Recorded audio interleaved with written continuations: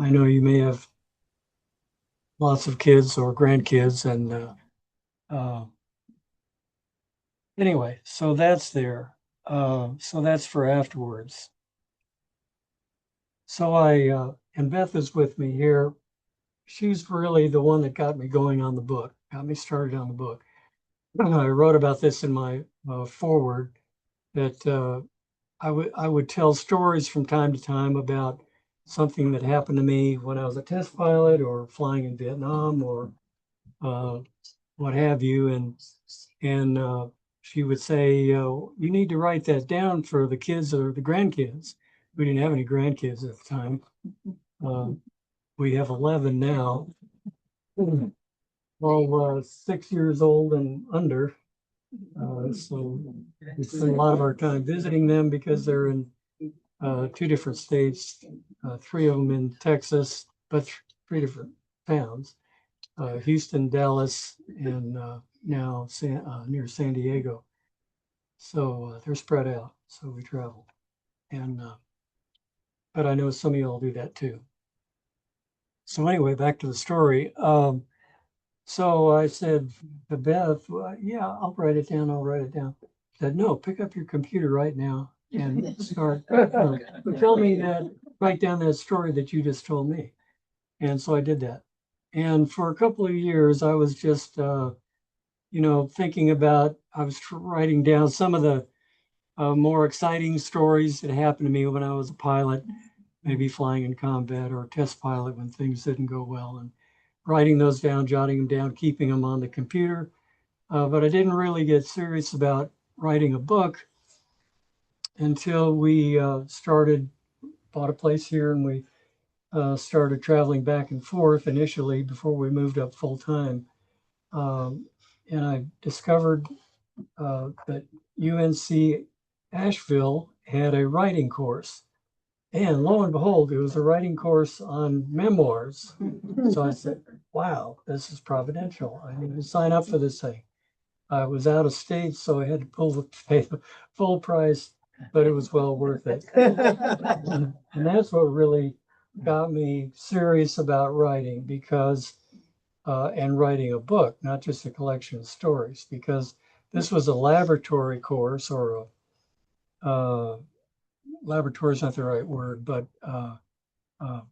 anyway, what we would do is we'd meet once or twice a week, and the professor would show us some writing from good authors, and we would critique them, learn what was good writing, what was bad writing, and then we would write our own story for the next week, and it had to be 4 or 5 pages long.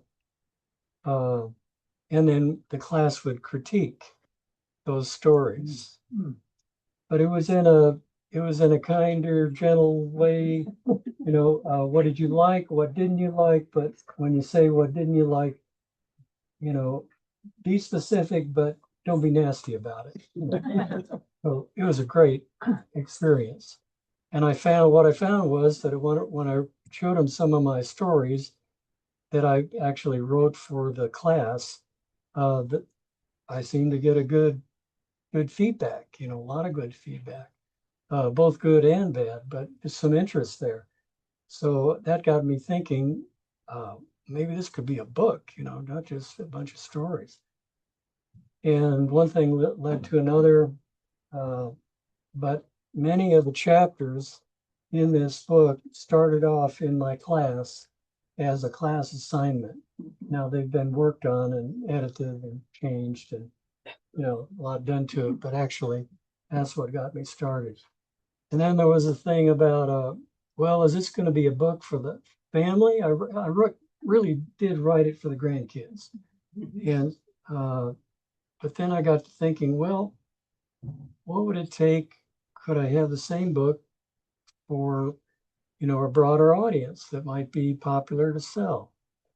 And that got very contentious. I had an editor who was helping me write, not contentious, but I saw that wasn't going to work. So I just wrote one version, my first version, for the family and for the grandkids. It's got a lot of background family data where my grandparents came from. one side emigrated from Poland, one side emigrated from England and Germany, and that sort of thing. They all came, and the families came in the late 1890s, early 1900s. It's the European immigration story. And anyway, a lot of detail on that, and my family and uncles and aunts and all that. And that's in the family book, which I published in. I took it to UPS and had them print it and bind it for not too much. And they all got a copy of that. But it's probably got 150,000 words. So this book, when I finished my book in, it was 2021, I sent that to all the family, family members. And if any of you are thinking about doing this yourself. And then I got serious about, okay, now this book is going to be more widely published, I hope. And I went looking for a publisher. I can go into details about that. Publishing is different from writing, but writing's the fun part. And one thing that Beth encouraged me about also, one of the many she encouraged me about is initially she read everything that I wrote and would say, you haven't said much about your faith journey. And I said, yeah, I don't know how to do that because it's very personal.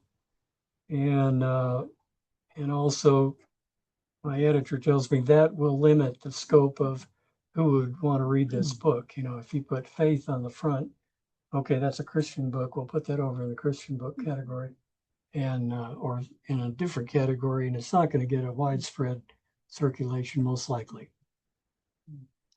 So in the end, I decided to do it anyway, because faith has been such an important part of my life. And the big decisions in my life are always ones that I look to God for help.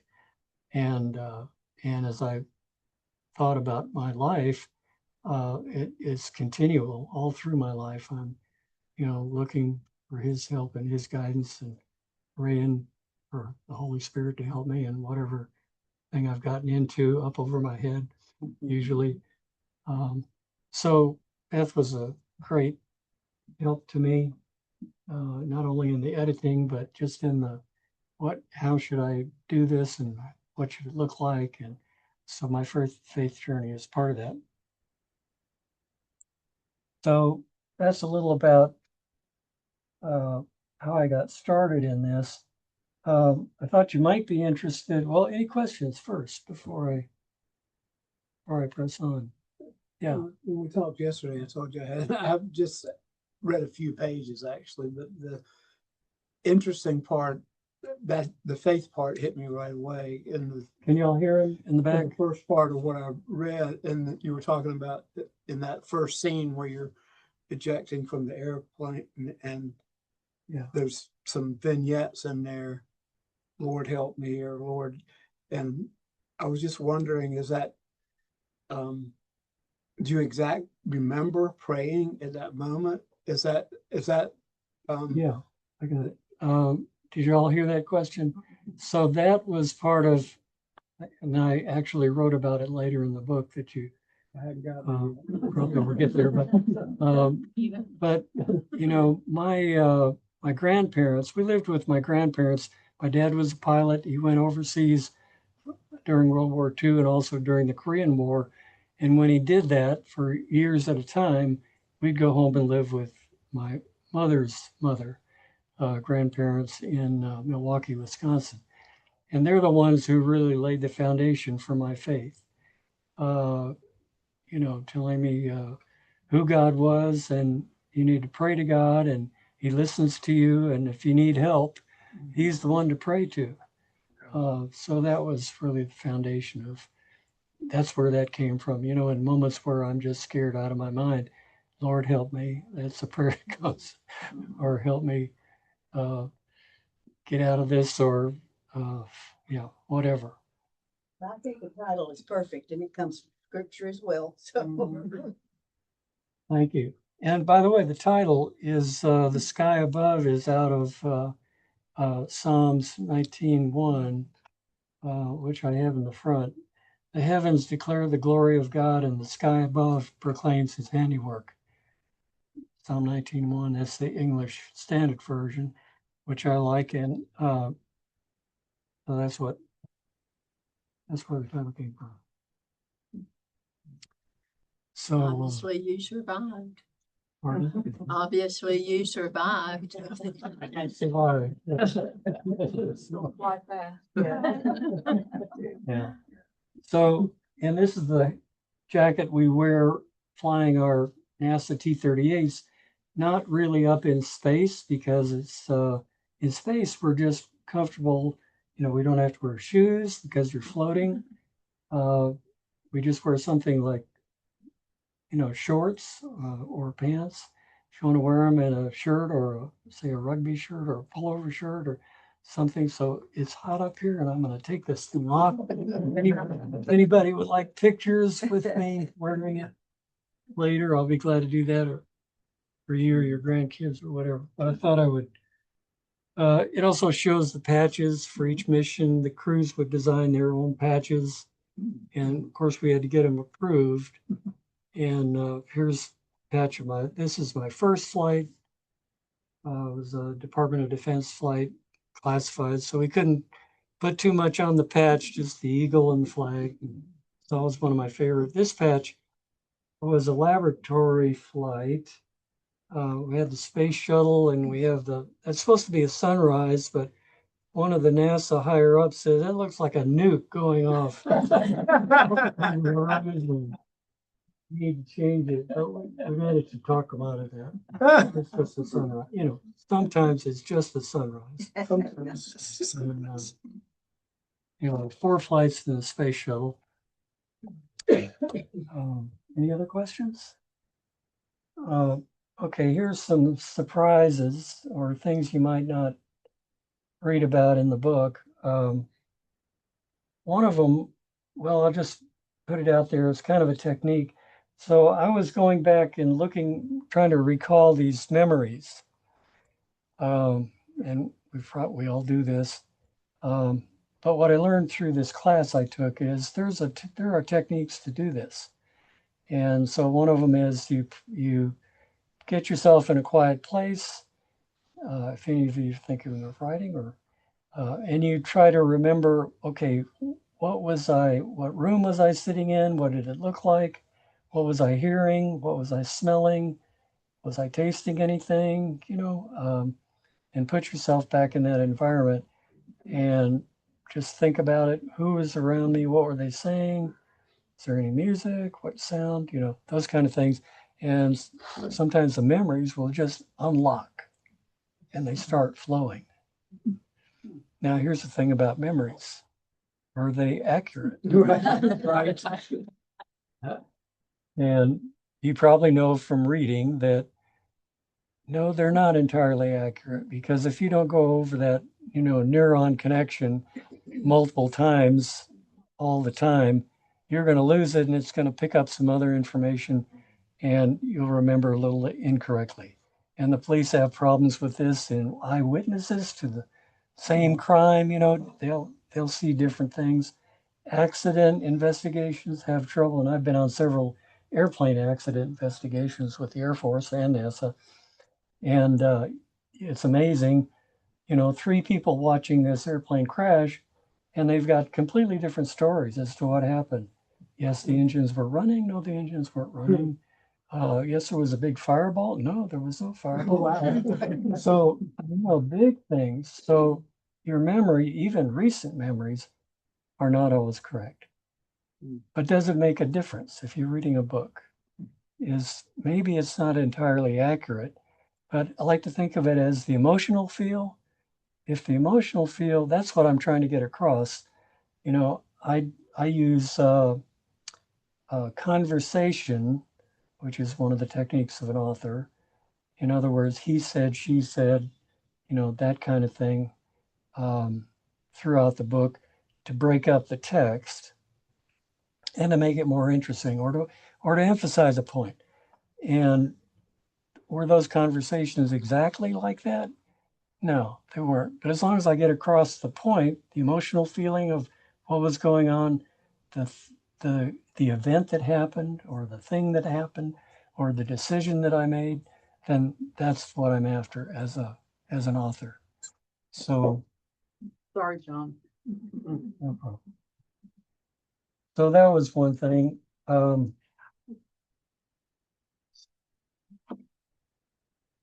the other kind of unintended consequence was, as I was writing this, I was contacting a lot of friends, some of them on their experience because they had written a book, or high school friends because I was trying to write about something that happened in high school, and or something in an Air Force unit. And I still have connections with, my Air Force Academy friends, my Air Force friends, and it was one of the great experiences just to make contact with those folks and just renew those old acquaintances. It was one of the best things that came out of my writing was, making contact with those people and hearing from them again. And so that was kind of a fun thing. And I didn't get to write too much about it. Another thing you might be interested in is, so when I send off my first draft, I've been through it multiple times, but I call it my first draft because that's the one I gave to the family, to publishing houses, and through contacts that I had with people who had already published, I got back these emails that says, "Your baby is ugly." You know what I mean? Your baby is ugly. And most of them wouldn't tell me how that baby was ugly. But one of the New York publishers, her name is Deborah Grosvenor, and I'll just tell you a little side story because it's so interesting. She was the editor that read Tom Clancy's first book, The Hunt for Red October. And she says, "This is going to be a big seller, a bestseller. And it's going to sell millions of copies." Nobody believed her, but she did it anyway. And it did. It started Tom Clancy's career. And people tell me that, oh yes, Deborah Grosvenor, she's of the New York Grosvenors. I don't know what that means, but I think it's something. Her parents are in the publishing business, so anyway. So that was one of my contacts. One of my friends had a contact, so I emailed Deborah. I said, here's who I am as an astronaut, trying to get my life story published, memoir. Would you take a look at this? And she was very kind, very kind. And what she did was she had 3 of her readers in her publishing company read my book and send me reasons why my baby was ugly. It was one of the best things that ever happened because it was top-notch information. So I took another year to revise the book after that, cut about 30,000 words, left off most of my high school escapades. They said everybody's been to high school. You cut out People don't. 30,000 words? Yeah. Wow. And compressed it, made and added some new stories, And the hardest part of writing, at least a memoir, for me is what do you write about and what do you leave out? And the basics, I think, are write about those things that were major changing turning points in your life. And maybe if you're writing fiction, it's what are the major stories that are turning points in the the storyline, and don't spend so much time don't write about the other stuff. So that was helpful, and the advice was really very, very, very helpful. The other comment I would get back from the New York publishers or the big publishing houses, if they'd read it at all, would be, is there anything in there about aliens? Because that would really sell a lot of books. The big publishers are looking for books that'll be a big hit. 100,000, 200,000. Bestseller list, get on the New York bestseller list. And the other books, they can look right away and say, "Man, this is going to be this is going to be a small sale." So, but I did get with Purdue University, who was interested because I'm a Purdue grad, and we have more Purdue grads in the astronaut corps than any other civilian university. The military academies have more.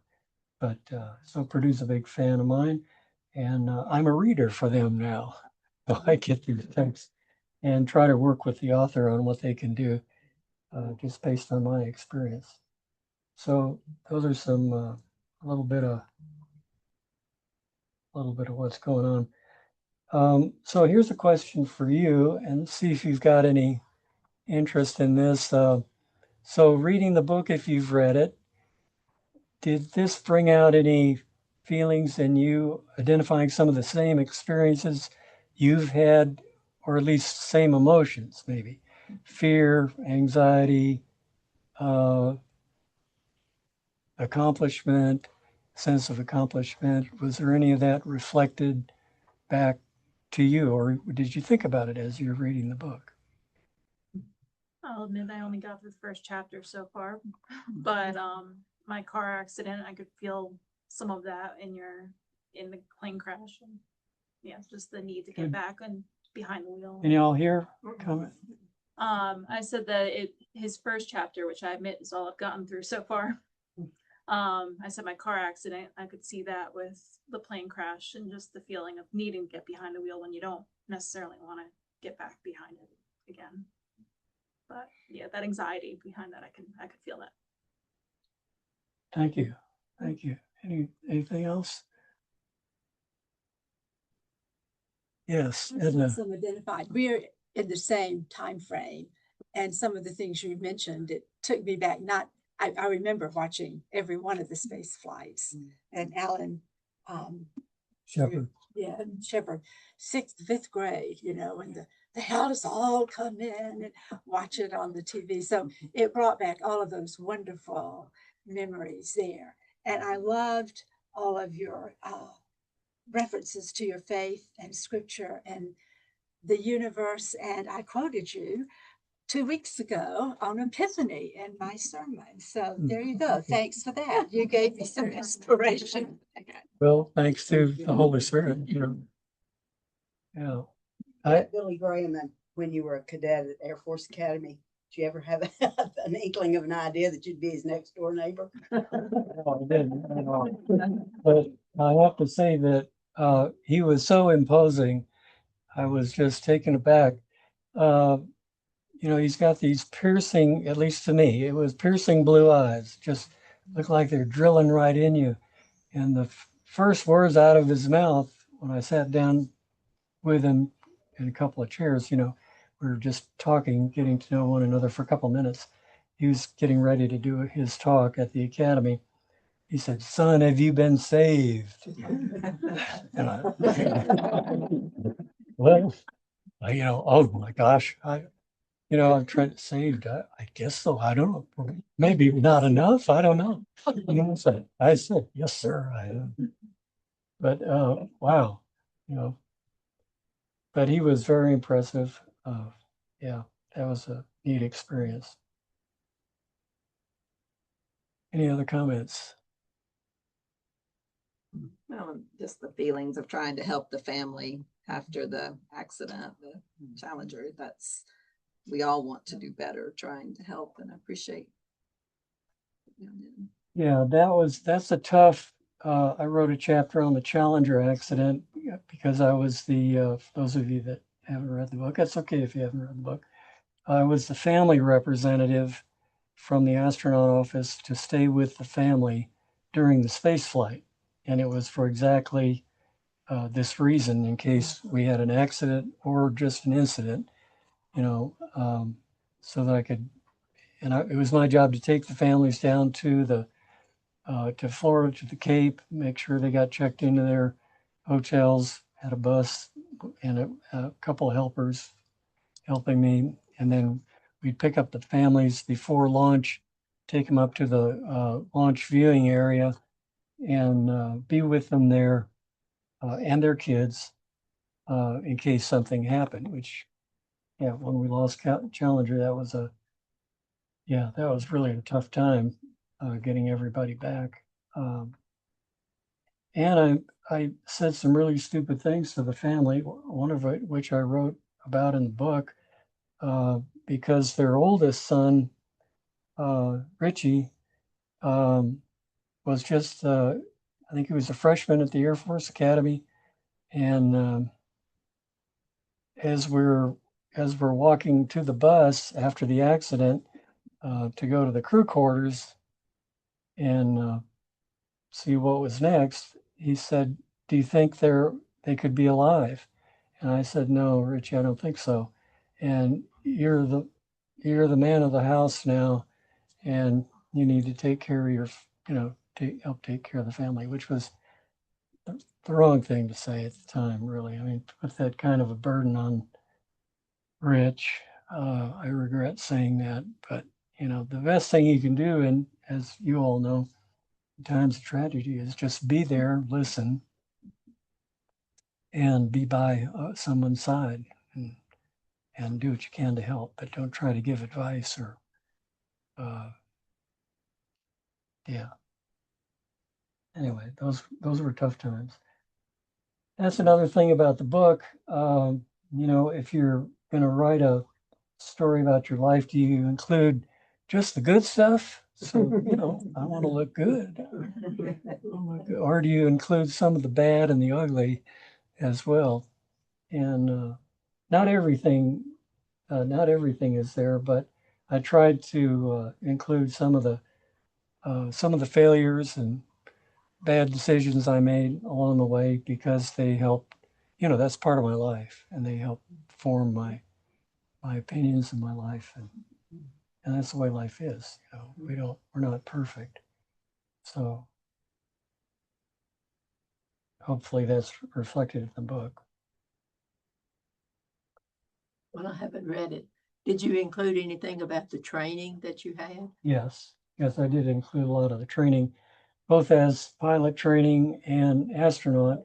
Beth helped me. She'd read a page or two and say, "What are you writing about? What does this mean?" I wrote about attitude. Okay, there's something controls the airplane's attitude. What's attitude mean? Well, everybody knows that, right? Attitude, that's pitch, bank, yaw.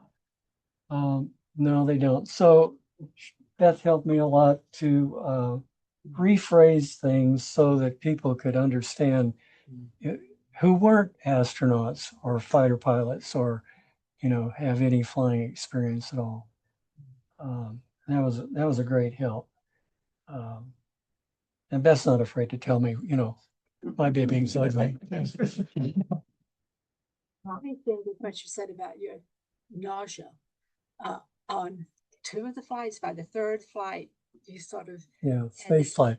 think any of us who, I can't even imagine what it must be like. Well, it's one I of the. appreciated your saying that and admitting that.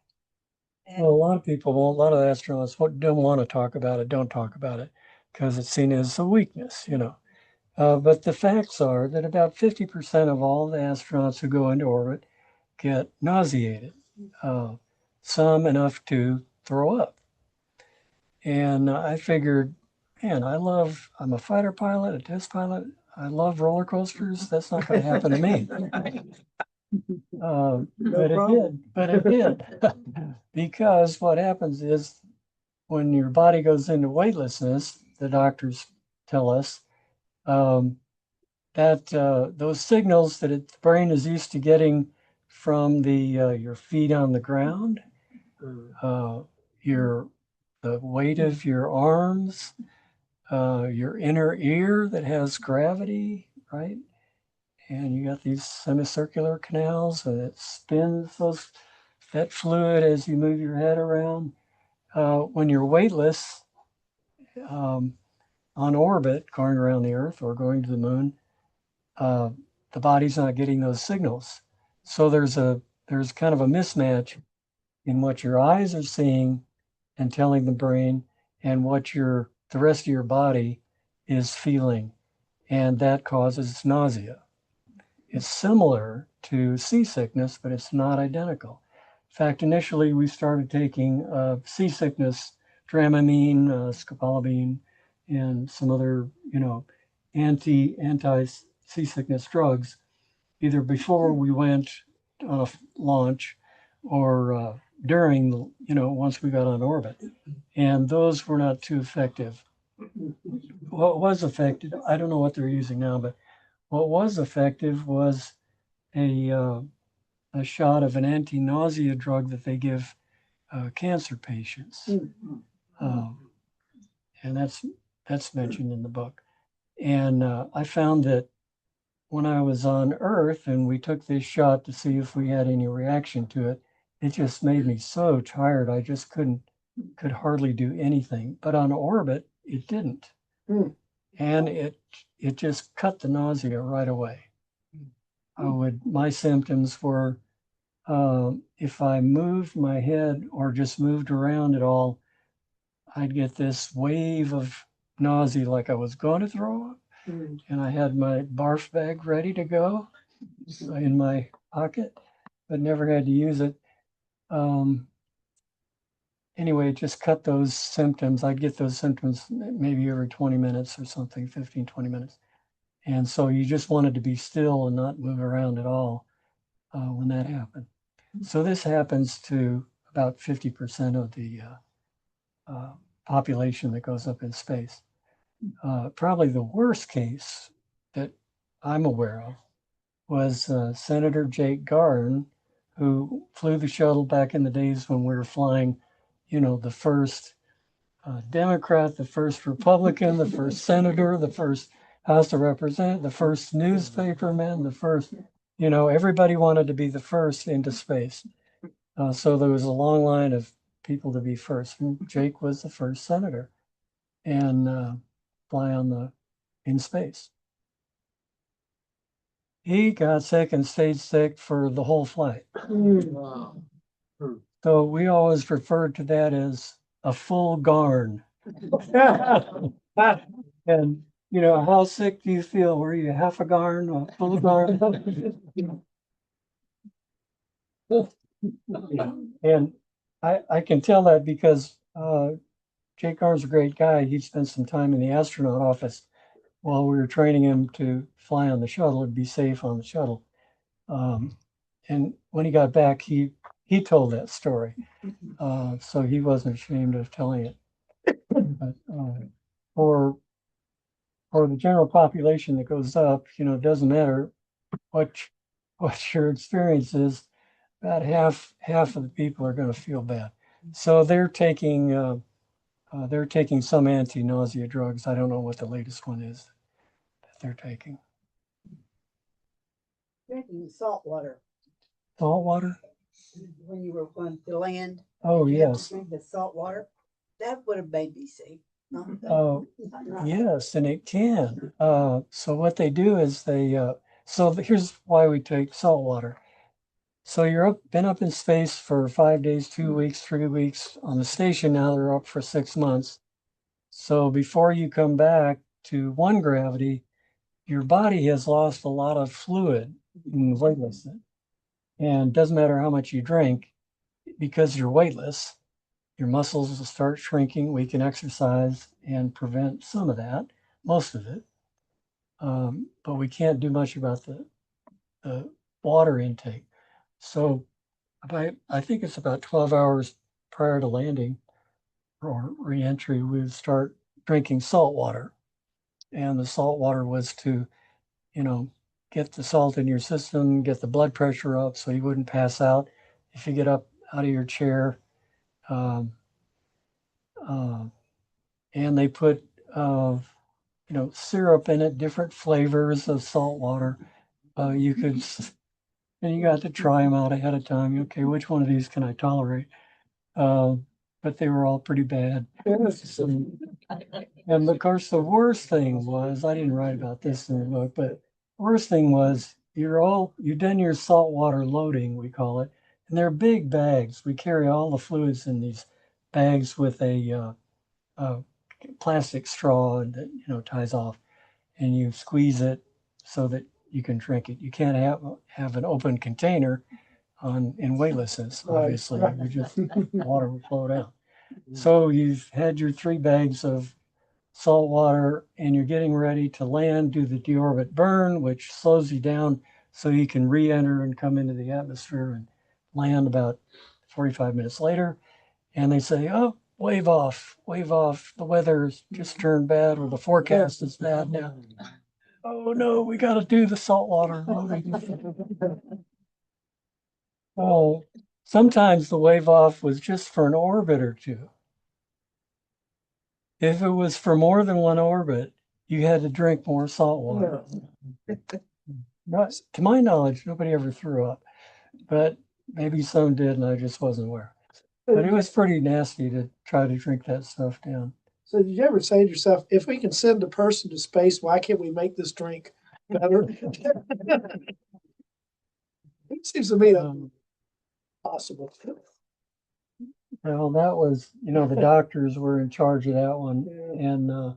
And then the nutritionists were in charge of our diet while we were up there.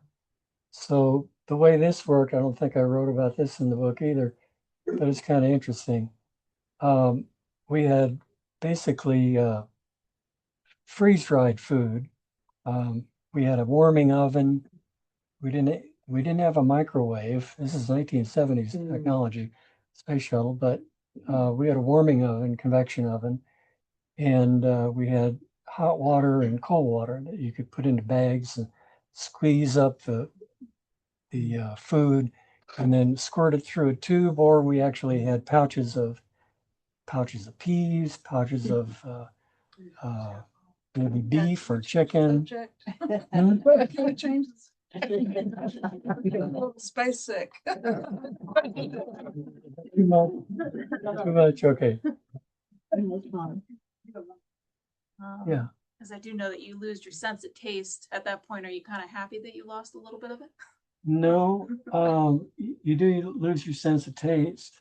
And the folks that are up on space station for 6 months, 3 months, 6 months, they say that after about a month or so, you start getting most of that back. That's Or interesting. some of it back. But on our short shuttle flights, never more than 3 weeks, those were too short. So the best thing to eat was chocolate covered M&Ms. Darn it. And so we tried to stow as many of those as we could, bags of those. Plus you could have fun with those. You could, throw them across they would just float across the cabin and somebody open their mouth to see to get in. But it was so fully.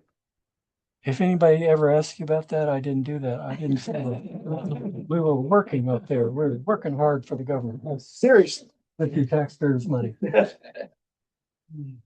What else? The only thing I was going to mention about the diet was my dietitian, when I picked out all the food I wanted to eat for the mission, she said, you don't have enough magnesium.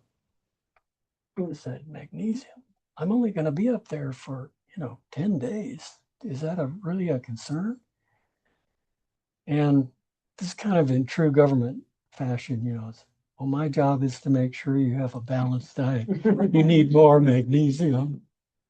Take some more peas or, lima beans. You don't have to eat them. So we were well cared for. And the training was great, by the way. Generally, we train about 2 years before we fly a mission for that specific mission. And if it was a more complicated mission, they would name the crew and start them training maybe 3 years early.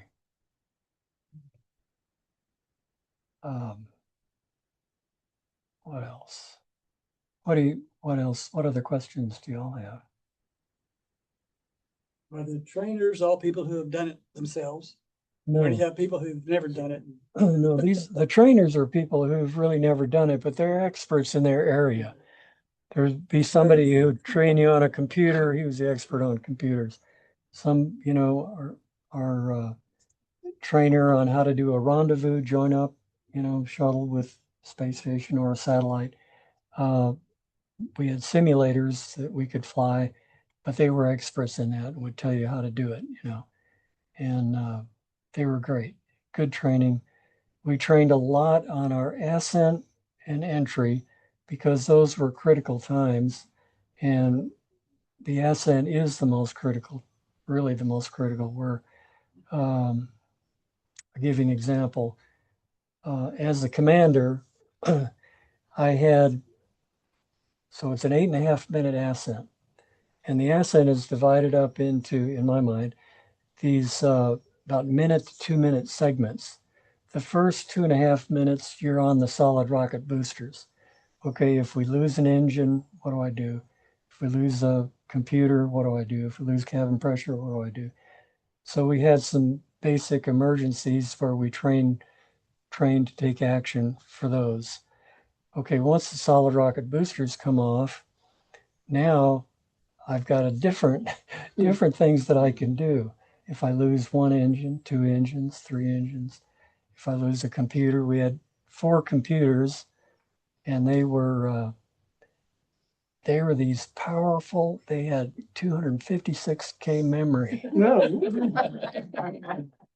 Man, yeah, amazing. We actually had, that's a little side story here. It was this computer was a B-1B bomber computer, space flight qualified, and it was the latest state of the art at the time with a 256K memory. And we had mag tapes running. I mean, we're talking big mag tapes, and the machine would sit like this high in the, in our back behind the seat in the avionics panel, and we had 3 of them for backup. 3, 2, maybe 2. They would run, and it would run one set of instructions to load in the computer for ascent, and then we'd go through some keystrokes. We did have a computer. We had a screen and a display screen and keyboard, and then we'd load the on-orbit program. Before we came down to Earth, we'd load the deorbit program, deorbit landing program. So, but, it worked. And actually, the Apollo astronauts went to the moon with the only computer they had on board was like a 15K memory on their little attitude indicator in the lunar module. Everything else was analog. So sounds crazy when you think about it now. So when we were designing new spacecraft, we can save weight. You've got more computing power in your watch than we had. I was Yeah. impressed with all the statistics. Pardon? I was impressed with all the statistics. Did you personally keep those, or did you, My statistics for, how many hours, every plane, how many? oh, yes, the hours that I flew. Yeah, that's one of the things pilots do is when they get back from flight, they have what's called a flight log, and we log our time. So even in the space shuttle, that went on my record. Mileage and all that as well? Not mileage, no, just hours flown. Okay. And mine was something like 9,000 hours, Good question. close to 10,000 hours by the time I retired. But yes, With the weightlessness you spoke about, eating and water. So what happens if something gets loose? that's a good question. I assume We got an air conditioning system running. All our electronic gear is air cooled. So it's got air vents and exhaust vents to cool off our experiments and all that. So that was a big deal. You didn't want liquids to get away from you. And liquids were fun actually to experiment with. We take a water bag, squirt out a little ball of water, And of course, it would always go spherical because that surface tension of the liquid brings it into a sphere. And then you could actually move it around the cabin by blowing on it, or if you touched it, it would either stick to you or break apart. Yeah, when it broke apart, you wanted to get a towel and, go get the water droplets. So, but we did do some experimentation with liquids there. Physics, of course. Physics experiment. The job description. Was I that? said that was in the job description. To experiment. Funny. Do you mind talking about some of your Vietnam experiences? You said you were a fighter pilot over there, and what kind of aircraft you flew and. Yeah, sure. So there's a chapter in the book about Vietnam, and in fact, I lead the book off with my bailout story because my engine exploded, and I had to parachute down into where we thought there were enemy resupply boats, ammunition resupply boats. So I tell that story just to get you interested in the book. Not all the stories were that exciting, but that one was, and that was the one of many times when I thought I could die. I may die tonight. It was 3 a.m. when I ejected. I don't have a death wish, but there were lots of those times where flying airplanes, testing airplanes, where, you don't know if you're going to make it and you pray you'll make it, but yeah, there were a lot of those times. Or you're trying to deliver your bombs onto a target and they're shooting at you and you see the tracers going by, and, afraid they don't hit me. So that's part of the job of being a fighter pilot or being an astronaut. There's some risk involved.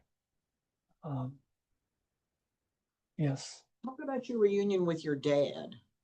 Oh, in reunion Vietnam. with my dad. Yeah, that was a sweet moment because Dad's a pilot. He never pushed me to be a pilot, but I was around airplanes because he'd take me out to the base and let me sit in a cockpit or a simulator, or I'd go with Mom to meet him as he taxied his airplane up to the ramp and got out of the airplane and waved to us. So I was around airplanes, and I think a lot of boys want to be like their dad if their dad's a good role model, and my dad was. So I just thought, man, this looks exciting. Plus, my dad would tell some stories, some of which are in the book, and his stories were just riveting. I mean, I thought, man, that's adventure. I want to be an adventurer like that, and have those kind of adventures and go fly. So that's what really drove me. But I met him in Vietnam because when I went over in 1969, his unit, he was in the Air Force Reserves. He was active duty until after the Korean War. And then they had this big reduction in force for all the services. And he was put on inactive status. And he got a job with the Air Force Reserve near Atlanta, Dobbins Air Force Base in Atlanta. And that's why we ended up moving to Atlanta. Anyway, so during Vietnam, his unit got called up to active duty because he was a reservist.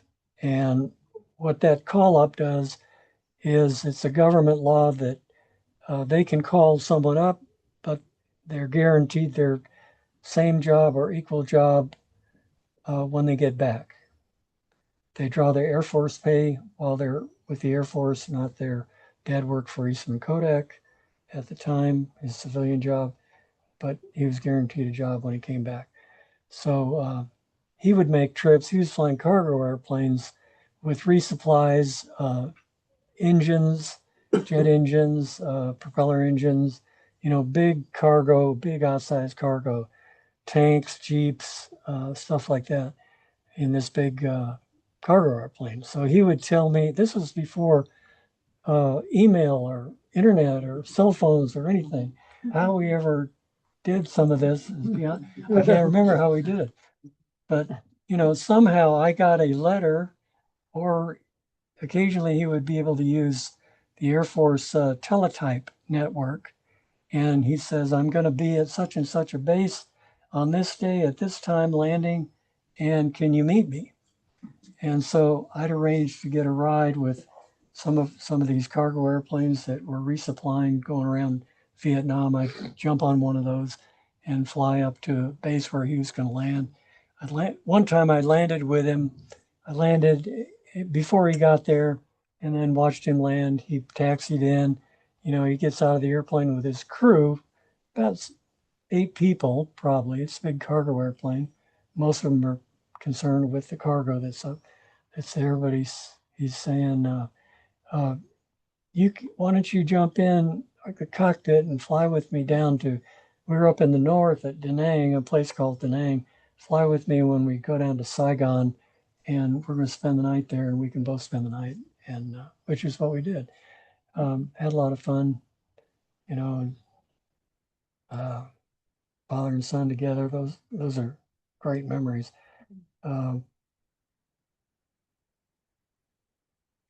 Yeah, sweet memories. Yes.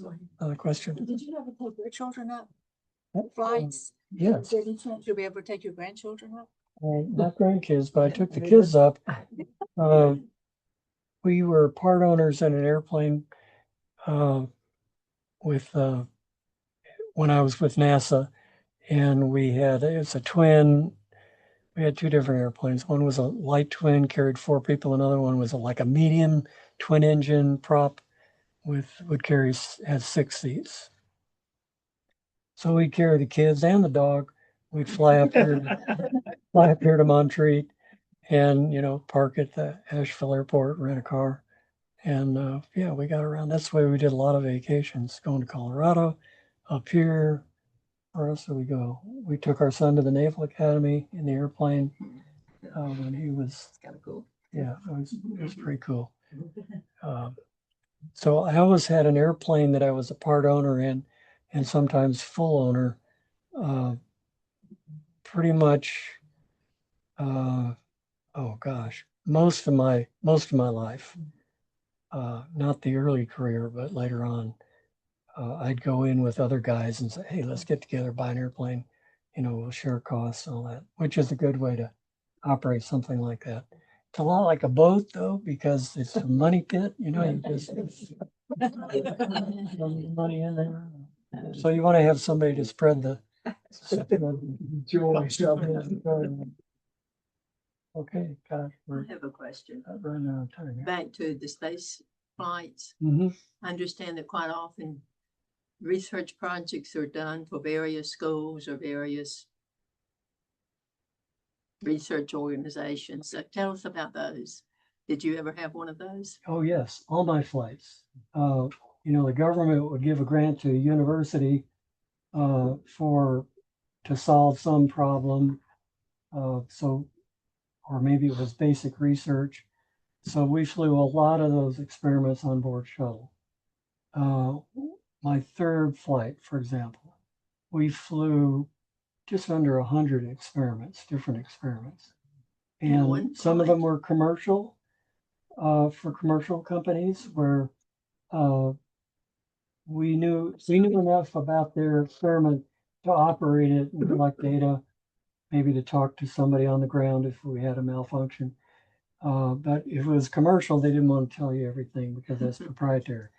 With the government, they would tell us all about it. So we flew a lot of those for the big universities. What about the MIT. crystals? The crystals that y'all. Yeah, the crystal growth, that was big at the time because, and still is, trying to, let's take cancer, for example. It's cancer cell, it can be modified, and it's a protein cell. And you want to be able to identify what that cell looks like physically so that you can design a counter to it. It's like a key for a lock, something that will fit. Remember when they're talking about COVID vaccines, we saw the pictures of the spindly COVID virus. That's a protein. It's made of proteins. And what they're trying to do is try to find some chemical that would interact with the sticky membrane, or so to stop it from reproducing, for example. It's pretty complicated, as you can tell. I'm not an expert in this area, but we flew experiments like that up in space because in weightlessness, you can separate those proteins and then shoot them with gel. We bring them back down to Earth, use an electron microscope to actually see what they look like. And to see and of course, spectrograph, so you know what they're made of. And that's the way we do a lot of immunology. So many of the experiments, we're never, you're not up there to find a cure for cancer. We're up there to do basic research to find out more about these protein, we call them protein crystals, or the people that work with them call them protein crystals. So we're producing those usually through electrical charges in some kind of machine, and separating them, bringing them back to Earth. And then months later, we would occasionally get to visit one of these call them principal investigators that said, here, take a look at this molecule we have, this crystal. And that's what it looks like, some funny looking thing, and said, okay, knowing what it looks like, we're looking for that, that molecule that'll fit in there like the key in the lock and turn this thing off. So that's what it's all about. So a lot of medical experiments still going on today on Space Station. We're about out of time. Do you have to have special training to be able to do that in space for the other scientists down here?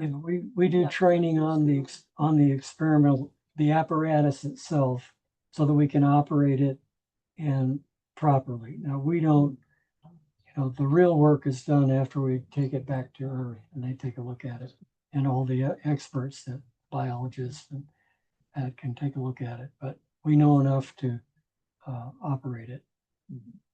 And I suppose keep a really good log. Keep a good log. That's right. Yeah, all that stuff. A lot of medical experiments as well. Some on us, we usually volunteer for those, or not if you don't want to volunteer. And pilot training actually helps in terms of you're a detailed person, because you have to keep logs of everything you're doing. So I think the experiment kind of fits into that technique. Yeah, if you're not a detailed person, you're not needed. You don't need to be flying a plane. What's your buddy astronaut? Okay, this piece has failed. What's that? Oh, I forgot about that one. So, by the way, when we work on orbit, because even among the astronauts, there's different levels of detail orientedness. I'm probably somewhere in the middle, but we always have two people do any task, flipping any switch, turning any knob. You're using a checklist. Number one, you're reaching for the switch. Have I got the right switch? Yeah, you got the right switch. Okay, I'm turning it on. In some cases, you're talking to the ground real time as you go through this. So, because there are lots of ways to get into trouble by turning the wrong switch. Even in your first chapter, when you're talking about there's a lot of give and take between you and the leader. You're saying, I'm doing this now, I'm doing that now. You two are going back and forth. Yeah. So that's part of the teamwork. Part of the teamwork. Yeah. Military is teamwork. NASA's teamwork. it's, you live and die as a team.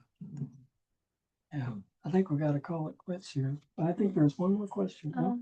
Good. I was going to just give input that when I went for a NASA social, they actually said it was cheaper to test the pharmaceuticals sometimes in space if it was more accurate, because you're paying for those mistakes as well, which was interesting.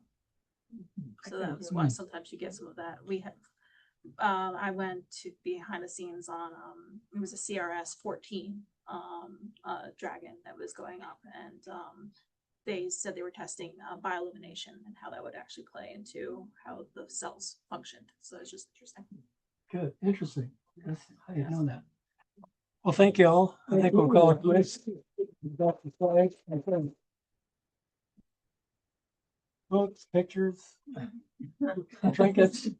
Well, how about book? Come on out.